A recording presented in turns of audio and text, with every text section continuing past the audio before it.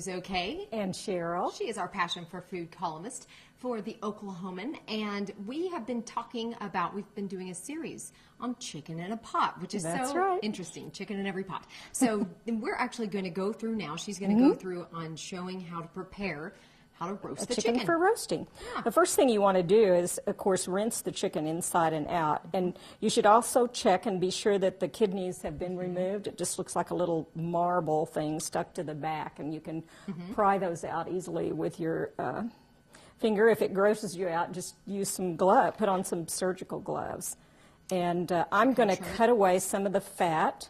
This is just a fatty deposit that's hanging here at the cavity entrance. And it's interesting to me, our chickens are coming often without their wingtips, which I figure are being used somewhere. Sometimes, though, you'll have, just like the turkey, the giblets and everything inside of it. But I don't see that as much anymore. And I'm going to transfer it to a pan, a roasting pan that's just been lightly buttered.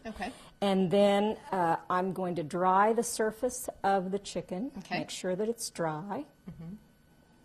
And then I have some softened butter, and I'm going to rub that all over the surface, like this.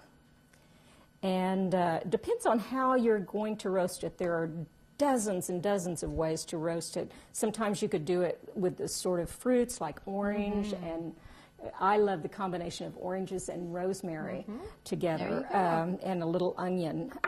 That pleases me very much.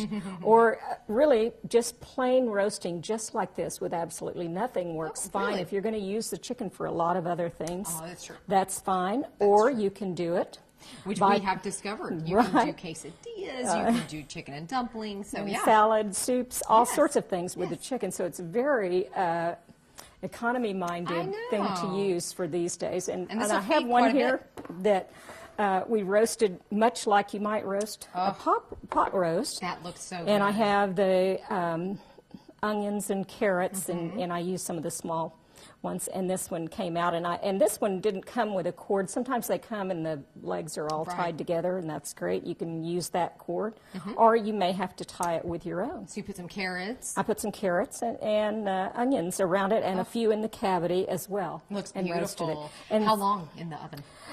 It usually takes, it depends, I like to start mine at 450 degrees for about 15 minutes, and then I turn the oven down to 325 and let it finish cooking about an hour. Depends on the size of the chicken. That's true. That's true. So, and you can, to be absolutely sure, you can check it with an instant read thermometer. That's true.